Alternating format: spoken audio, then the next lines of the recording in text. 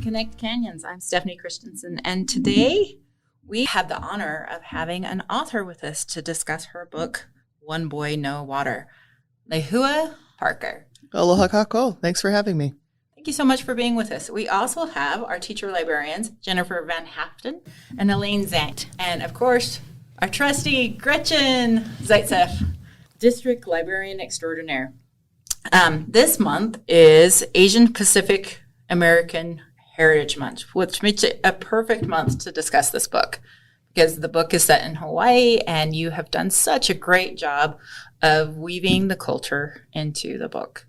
Let's just get started with talking about One Boy, No Water. Can you give me just like your sales pitch for the book, like your elevator sales pitch? So One Boy, No Water is book one in the Nihi Shark saga.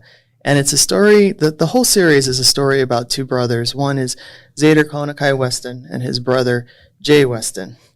And Zedr is a little unusual. He was found abandoned as an infant on the reef by Uncle Kahana, taken to Jay's family. So he and Jay are about the same age. They call themselves almost twins. But he's a little unusual. He's allergic to water. And when you think about Hawaii, that's just kind of insane. Because it sets him apart from all of his friends and his relatives. He can't go to the beach and swim. He has to watch out for rain showers. He can't even really play soccer because the sprinklers might come in. And one drop of water burns his skin like lava. And so through the books, Zedr discovers why he has this water allergy, who he really is, and he has to fight destiny of what is expected of him if he finds out who he really is, and the idea of that he can choose who he really is. And so that's the journey. And so Jay, his brother, is a surfing star and is everything Zedr wants to be. He's kind of the outcast. And then through the series, they kind of swap positions for a little bit.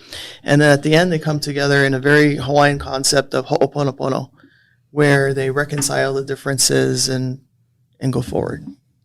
It's such a great book for middle schoolers because I think that's the time in your life where if you're going to feel like an outsider, middle school is the time where you're going to feel it. And you're going to feel alone and like you're different. And what's more different than being on an island and being allergic to water?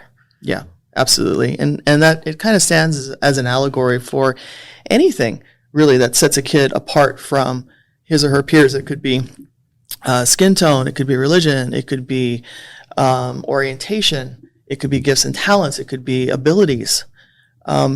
So I think a lot of kids see themselves in Zedr or have at least experiences like those that Zedr have. And Zedr's story is really a story of hope, of how sometimes the things that we hate about ourselves the most actually become our greatest strengths. And it's fun. It's fun for kids who grew up in island culture or understand island culture to see themselves represented authentically. It can be a little hard for kids who are not from that culture because there's not a lot that's explained. Most of the language you can figure out in context, but it is deeply embedded in, island Hawaiian culture. As I was reading the book, I kept thinking about the importance of representation in books in our schools and how wonderful it is that we have a book for every child. As teacher librarians, how important have you guys found being able to have stories that represent different cultures? I think it's huge. I have an older daughter. She is 14 years old who goes to Butler Middle School. And she is an avid reader. And she wants to be able to identify with the characters she reads. Recently, she read Almost American Girl by Robin Ha. It's actually a graphic novel. And after she finished it, she was like, Mom, this is like, I could totally understand where she was coming from. It's about a middle school student who came from Korea, 14, didn't speak English, which that wasn't an issue for my daughter, but going to a school in Alabama where this girl didn't see any faces that looked like hers, that couldn't identify with her trying to fit in, I think was very powerful for my Zoe. She's fortunate enough that Butler has a bit of diversity, but I think she still feels it. And so when she's able to identify herself with some of the feelings of this character and her struggles, it makes her feel like she's not alone. I think that's been hugely important. And that's why I think characters need to represent all the different students that we have in our building. How do you feel about it, Jen? And I am originally from Hawaii. I was born and raised on the North Shore. And so it's such a treat for me to hear Lehua say Hawaiian words because I don't get to hear them.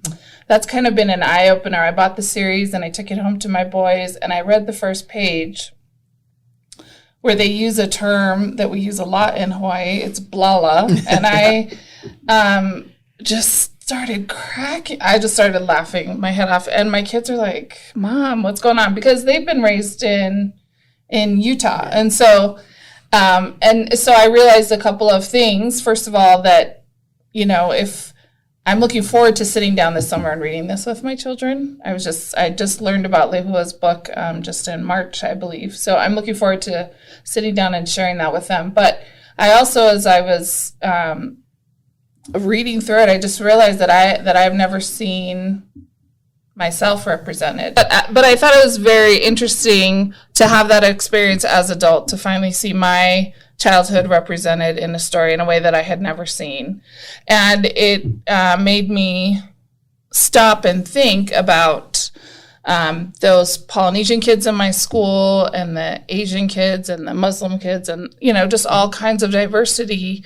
And just like Zoe, I know Zoe very well, just to see that represented back at you is a gift. And sometimes I don't know that kids even realize that they're missing that, if that makes sense, because they're just so used to walking through their day in the world that they're in, and they don't, it's a little bit of kind of like coming home, like when you open up the book and you go, oh, there I am, and I don't even know that kids I think you really hit the spot on that. I don't think the kids do until they actually pick up a book and then read themselves in it. And then you're like, wow, this is what I've been missing. Yeah. I didn't understand that. Or now I can relate. Or now I understand where my feelings were coming from, what my struggles were, and so forth.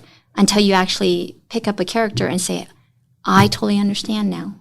How magical is it to be able to read a book and understand that maybe I should have some sensitivity to the fact that I'm seen everywhere, Sure. but others aren't. It goes back to the mirrors and windows idea, right? A book will either give you a window into somebody else's life or it mirrors who you are. One of the other things that we do through library services is provide author visits.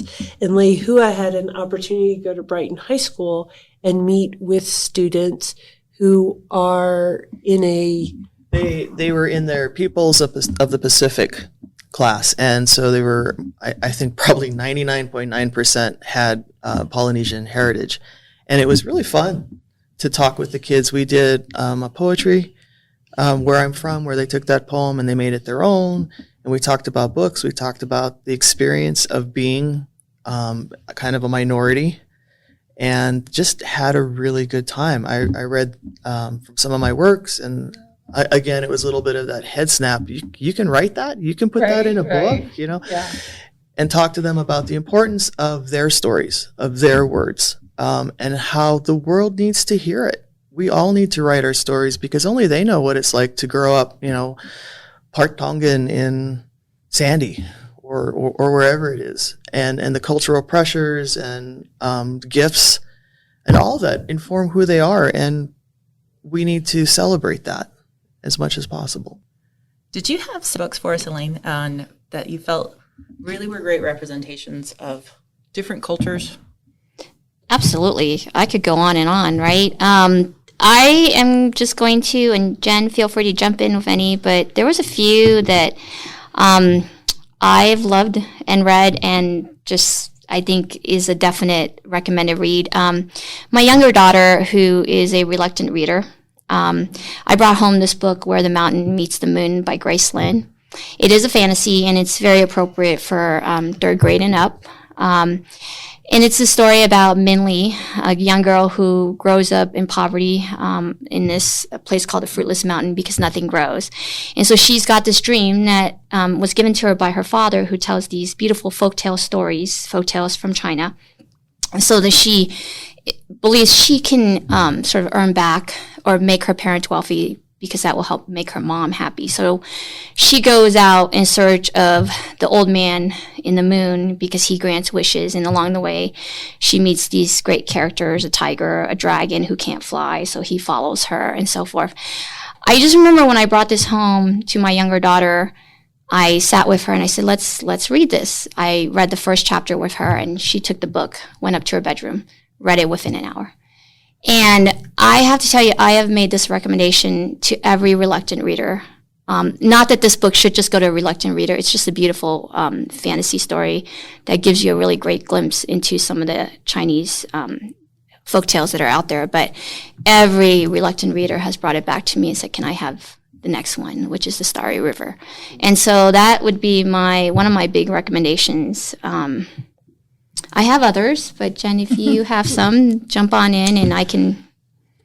We've talked a little bit about reluctant readers, and I've been thinking recently about, in my head, I call them bridge books, the books that will get kids to move to another genre or take a different step in a different direction. One of the books that I've read, which I think a lot of reluctant readers, including especially boys, would like, is called Zodiac Legacy, and it's by Stan Lee, and it's a story based on superheroes, so it totally has the superhero feel, but it's based on the Chinese Zodiac, and there are 12 people, and they all have powers according to the different parts of the Zodiac.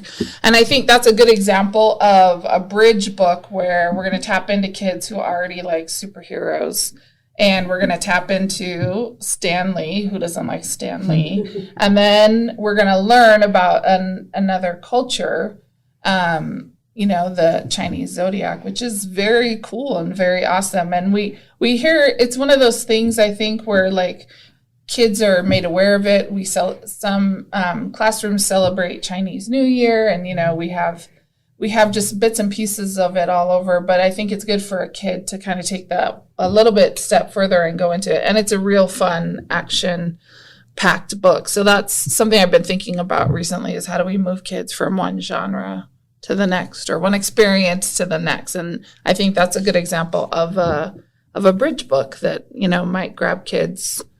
I think that there are so many ways that we can bridge popular literature with cultural books. A good example is fairy tales. I don't think a lot of people know that famous stories like Cinderella and the Little Red Riding Hood have retellings of other cultures. For example, Cinderella, I just did this with my ELA 7th grade students, where I pulled different retellings of Cinderella from all over the world. And one of the Asian ones is actually called Ye Shen Slippers. It's a Cinderella retelling from China. There's also Tam Cam, which is a Vietnamese retelling of Cinderella. And the story doesn't follow Cinderella exactly, because what it does is, obviously, it's going to change the cultural elements, like the slippers are going to be different. In Ye Shen, you're not going to get the glass slipper. You're going to have the embroidered slipper. So something to keep in mind. The other one, like Little Red Riding Hood, I mean, everybody knows that, but how many of us know the story Lan Po Po, which is the Chinese retelling of Little Red Riding Hood? An excellent book, but just a simple way to take what we already know that our children are already reading that's in popular culture, but now extending that to other cultures, and how do they tell that story? There's a great, I was going to say, it's interesting that you bring up Cinderella, because I actually wrote a Hawaiian version of Cinderella called Rail's Kiss, and take on the Little Mermaid called Pua's Kiss. And there's a real interest in authorland and in publishers now to go back to some of the traditional stories, so going away from the Western fairy tales and going more into Asian, African, Latin American, Pacific myths and legends, and then reworking them into new stories. There's a relatively new book called Six Crimson Cranes by Elizabeth Lim, and that is based on the wild, Hans Christian Andersen's The Wild Cranes, and it's about a girl with a lot of brothers. And in this particular book, the daughter becomes cursed because her stepmother finds out that she has a particular type of magic, and the stepmother says, either you let me control your magic and give up your voice, or I hurt all of your brothers. And so she loses her voice, which I think is also a really great trope, I guess. Metaphor when you're talking about representation. Anyway, it's fun and it's snarky and it's, I was gonna say she's lovely and sassy and hilarious. And the interesting thing in that book is she doesn't have her voice for most of the book, and yet the author still manages to get her personality across and tell the story. So that's a really fun story as well. I think that, Rick Riordan started this almost its own genre, Yes. where, with Percy Jackson, where, we take Greek and Roman legends, but now we also have broader representation in that there's stories where the mythology is based on Egyptian, or it's based on Norse, or it's based in Asian cultures. And so, what we're looking for in those stories is really authenticity, in that the author took great care with these stories and characters that mean so much to a culture already, and help them make them accessible to the rest of us, so we have a greater understanding. One of the things that you mentioned earlier about your series was that not only do you have some that are specific for middle schoolers, but you have some within the same series in the same world that Yes. are for older, Yeah. for adults and for older kids. And what a great way to keep them reading. Thank you. Some of these are not quite in print yet, but I have. Laole is a real place in my mind. It's completely imaginary, and it's bits and pieces of all different places in Hawaii. And I have stories planned and stories written that are for middle grade, for younger picture book kids, for adults, and set in this land. So things that go back a couple of 100 years to way far into the future, where they've colonized space. And I just like that idea. And it's a very Hawaiian, very Polynesian idea about the place being part of the family, and the place enduring, and the relationships to the place as important as the relationships between, mother and child, or grandparents and so forth. So the two that I mentioned, Pua's Kiss and Rel's Kiss, are actually set in the same place. They are for adults. They're not for the middle graders. Pua's Kiss starts before the New Shark Saga series. Rel happens after. I have a collection of short stories that are going to be published in June called Sharks in an Inland Sea. And about 60% of those stories are Hawaii-based stories, and there are characters in all of these books that appear in those short stories. So the world just continues, and people come and sit down with me for a while and tell me their story, and I write them down. I'm just curious, which is harder to write for? Middle schoolers or adults? Or is it just good question? apples and oranges? Okay, I am atypical, and I fully admit I'm weird. My brain is weird. So for me, I have to know who I'm writing the story for, and kind of have a purpose of what I'm trying to say with the story. And then I try to turn everything else off, and I just write. So it's the hardest is actually sitting down in my chair and making myself write. And if I plan too much, I get bored and I don't want to write it. So I am very much a discovery writer, which people will tell you is not an efficient way to be. And then you plop down all your books and say, mic drop. Well, then they always come back with, well, how much better would you be? How much faster would you be if you had used? Yeah. So no, it's really how much the story captures me, and who I'm trying to tell it to. And once I know that, it just goes, and a deadline, because if I don't have a deadline, the joke is, how long does it take to write a work? 3 weeks. It can be a sonnet. It can be an entire novel. It takes 3 weeks. It's just how it rolls. Wow, I'm impressed if you can write an entire novel in 3 weeks. Well, Very. Impressive. Yeah, but then there's revisions after. It all has to do with the deadline. It's quite literally the deadline is what it is, as Gretchen knows.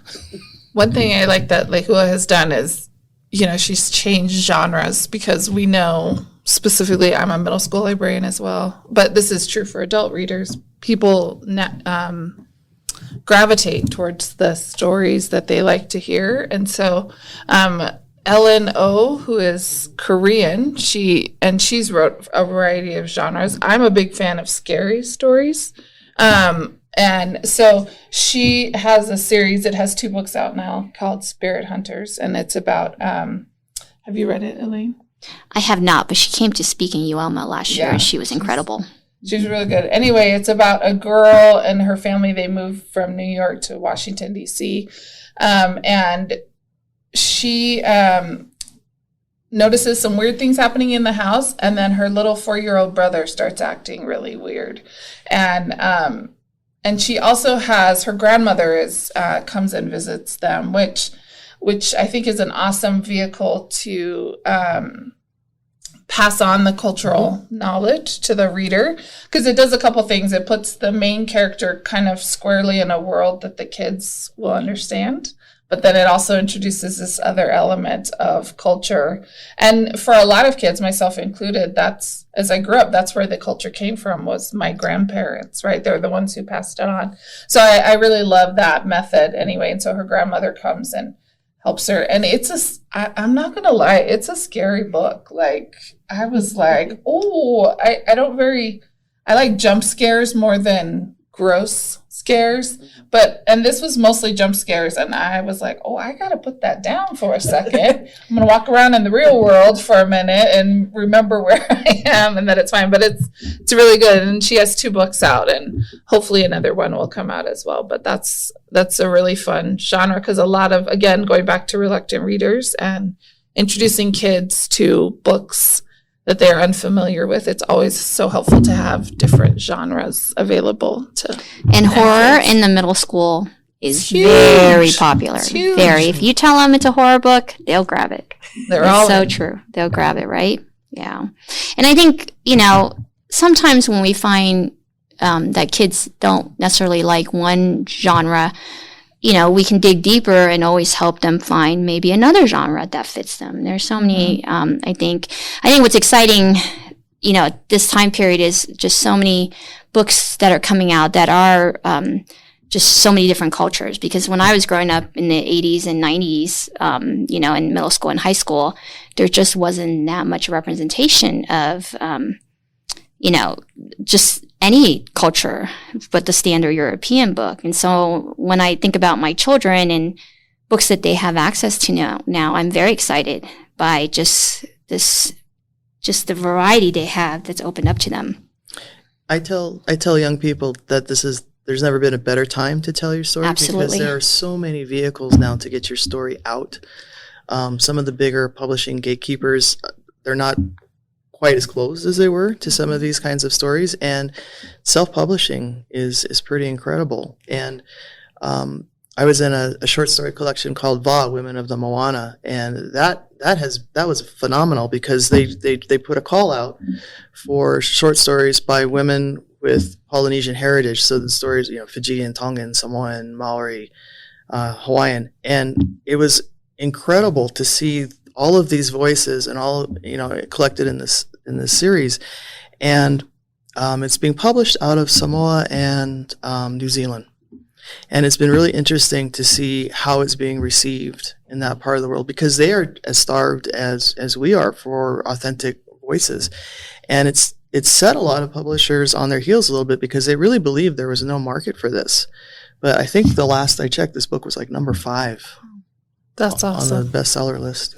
And I think Lehua brings up a good point, and I think Elaine would agree that very often, especially for Asian Pacific Islanders, well, first of all, Asians and Pacific Islanders are worlds apart. Yes, worlds they're apart. not the And same. it's a little bit of and then within each of those groupings, there are so many other cultures. So, I don't ever presume to understand, let's say, the Samoan culture or the Tongan culture or the Maori culture because I'm Hawaiian, so then that makes me an expert on their culture.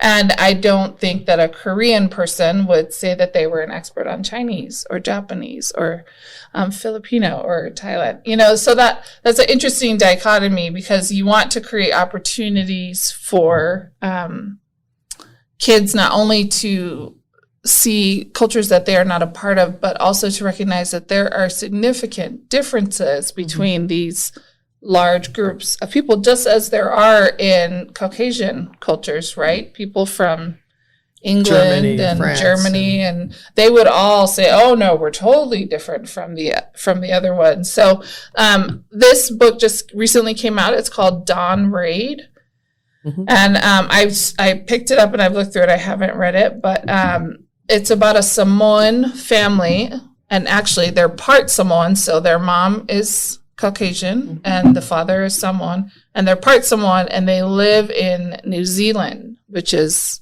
where the Maori culture is.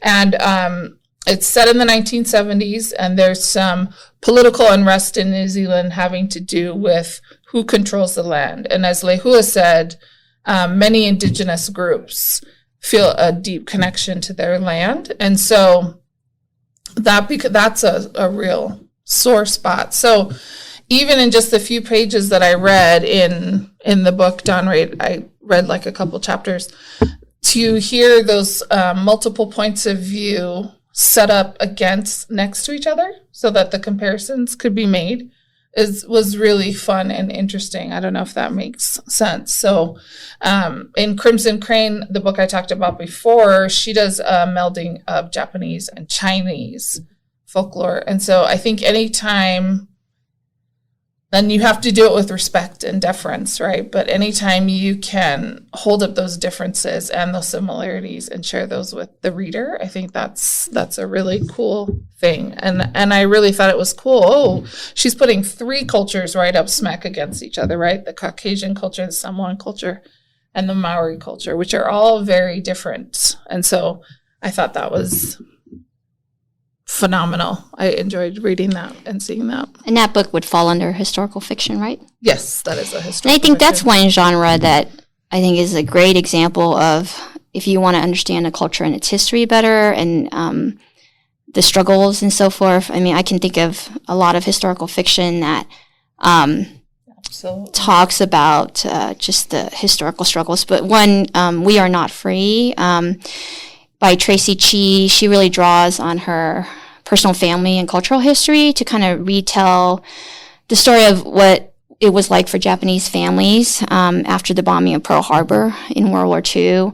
I really like that she did this through 14 young people, so teenagers, and not any one character repeats. Every chapter moves from one to the other to tell what it was like to be moved from, at the time, Japantown in San Francisco to Topaz City, which is actually in Utah. So here is a book that's set in Utah, the internment camp at that time, and just how these tight 14 teenagers, how super tight they were pretty much pulled apart because the U.S.